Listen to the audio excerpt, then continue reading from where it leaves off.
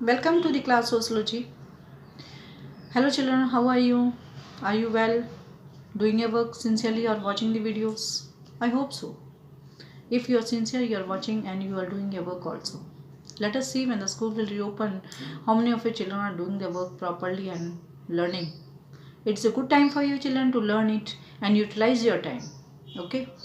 Okay, I am taking the revision of lesson 2 in Sociology part number 1.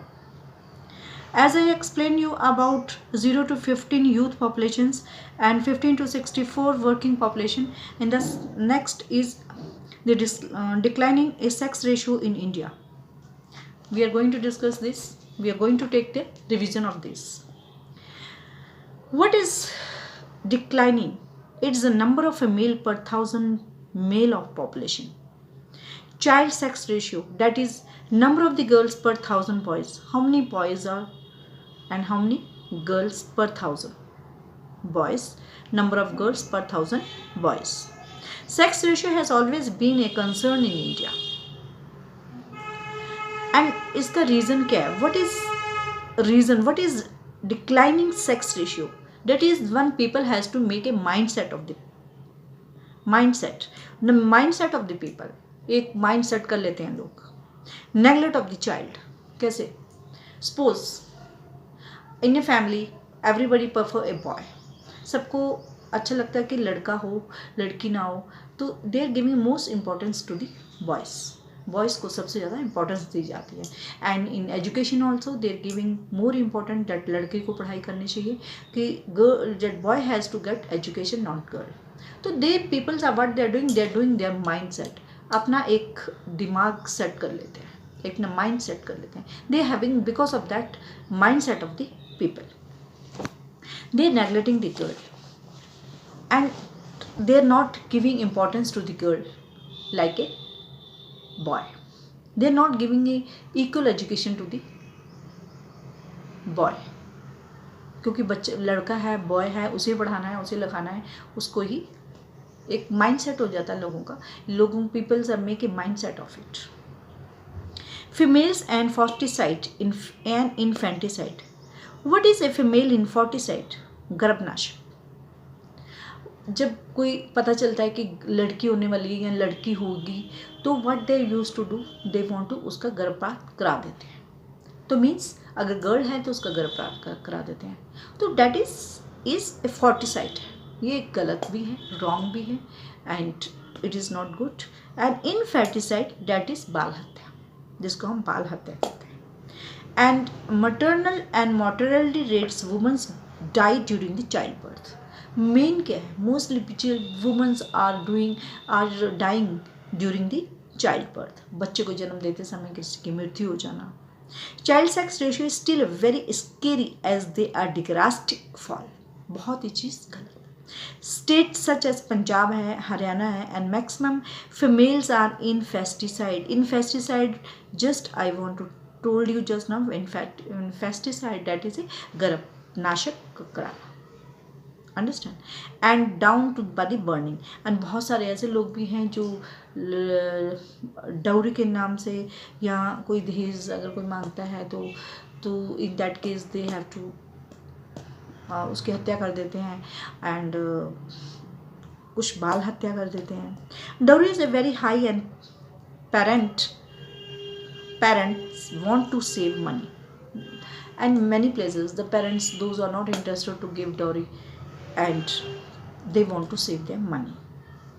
So people want only a two or three boys, therefore when they get girl they kill it and have. तो कब है जब उनके पास when they get a girl and they kill it. कहता है people want only 2 or 3 boys. लोग किए जाते हैं कि अगर 2-3 बॉयज़ हो गए तो कोई बात नहीं, अगर लड़की हो जाती है तो they want to kill them. तो दे गिविंग मीन्स टू से they giving a more importance. लोग इतने अवेयर नहीं हैं. क्यों नहीं है? Why they are not aware of it कि girls and boys are equal, it should be equal. And sonography is a word in which you can find out whether की लड़की होगी या लड़का होगा. Now as a prenatal diagnostic technology and regulations and prevention of misuse act, इसका sonography कराने का एक एक्ट शुरू हुआ था, एक कानून शुरू हुआ था, एक लॉ शुरू हुआ था कि we should not find out whether there is a girl और ए बॉय। अगर लड़की होगी क्या बॉय होगा, तो इसके ऊपर लॉ था, कानून था कि आप इसको पता नहीं लगा सकते, they should you should not find out whether it is a girl और a boy. And came up in 1996 and later enforced in 2003. This does not allow the sex and child to be known. ये इसलिए शुरू किया गया था, this act, this law सोनोग्राफिकल की act इस पे इसलिए बैन लगा दिया गया था because no they are not that it does not allow the sex to find out child to be known, ताकि इसका पता किसी को नहीं लगाना चाहिए। And to find out whether it's okay, that is different thing. But बहुत सारे लोग ऐसे होते थे कि there are many people those who are finding that is girl और बॉय, कि लड़की होगी या लड़का होगा, तो उसको वहाँ पे घर प्राप्त करा देते थे। तो it is a wrong, that's why it has been does not allow. तो इसलिए sonography to know the sex of the child and prenatal diagnostic technology act and regulation and prevention of misuse, अगर कोई इसका misuse करता है it is banned of it. Now we are talking about the literacy. Literacy is ability to read and write. Literacy क्या है? लिखना, पढ़ना। आपके घर में बहुत सारे लोग होंगे जो लिखते भी हैं, पढ़ते भी हैं, and they are no how to read and write, and you also know how to read and write because you are going to the school. Understand? Education combination is a formal and informal education. Kerala has a maximum literacy rate, whereas Rajasthan and northern states have a low literacy rate. Now, अब हम बात करते हैं, just we want to talk about Kerala. In Kerala maximum they are literacy. Literacy मतलब सबसे ज़्यादा पढ़े लिखे लोग हैं, and in वेरस और वहीं पर राजस्थान एंड नॉर्थन स्टेट्स में दे लिटरेसी जो है वो बहुत लो है, because they are less educated people. तो इसके it comes under the 3 categories, 3 categories के अंडर आते हैं, that is gender. More males are literate to female, more males are literate to females, but it is becoming higher. कहता है कि मोर जो mail है, सबसे ज़्यादा जो मेल्स हैं वो आर लिटरेट है टू फीमेल्स के according, but it becoming a higher, लेकिन अब फीमेल्स भी एजुकेटेड हैं। एंड सोशल, एक सामाजिक ग्रुप हमारा क्या कहता है कि higher income families have more literacy level than those with the lower income families. Suppose for example I am giving in a family if they are having a 5 children and in that case only one person is earning, only एक ही person पढ़ा लिखा है वो earn करता है, then what will happen? Will he able to give educated to the other children 5 and 6 children? No, they are not able to give, because their higher income families have more literacy.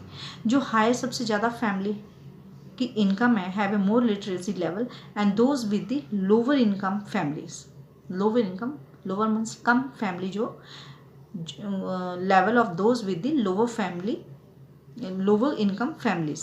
Government is trying to bridge the gap through the reservation SC and ST. ना government ने क्या किया, सरकार क्या करती है? Through the reservation, जैसे पहले लोगों को सीटें, जो वेरी पुअर चिल्ड्रन, जो SC कास्ट में आते थे, या SC और ST पीपल थे, शेड्यूल कास्ट के पीपल थे, एंड लोअर क्लास के लोग थे, they are not giving a reservation to them. Regional Kerala is a high literacy level and compared to the Rajasthan, Bihar which have a low literacy level.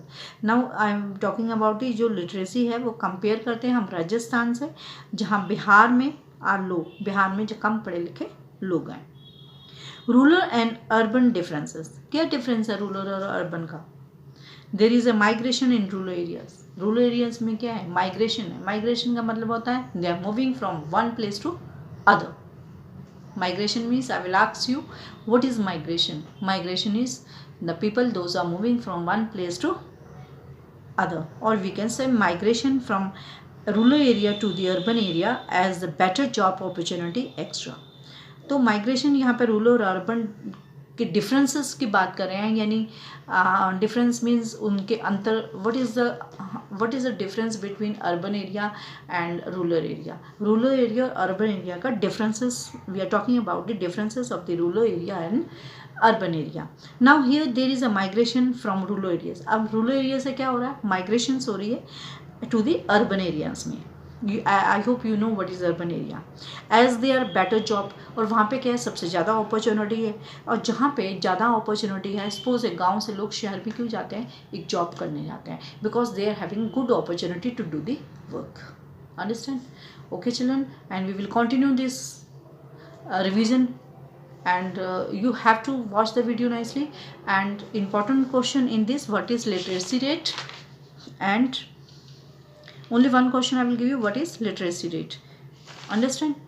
And what is sonography? Sonography, what do you understand by a sonography? Once again I am telling you, sonography to know the sex of the child.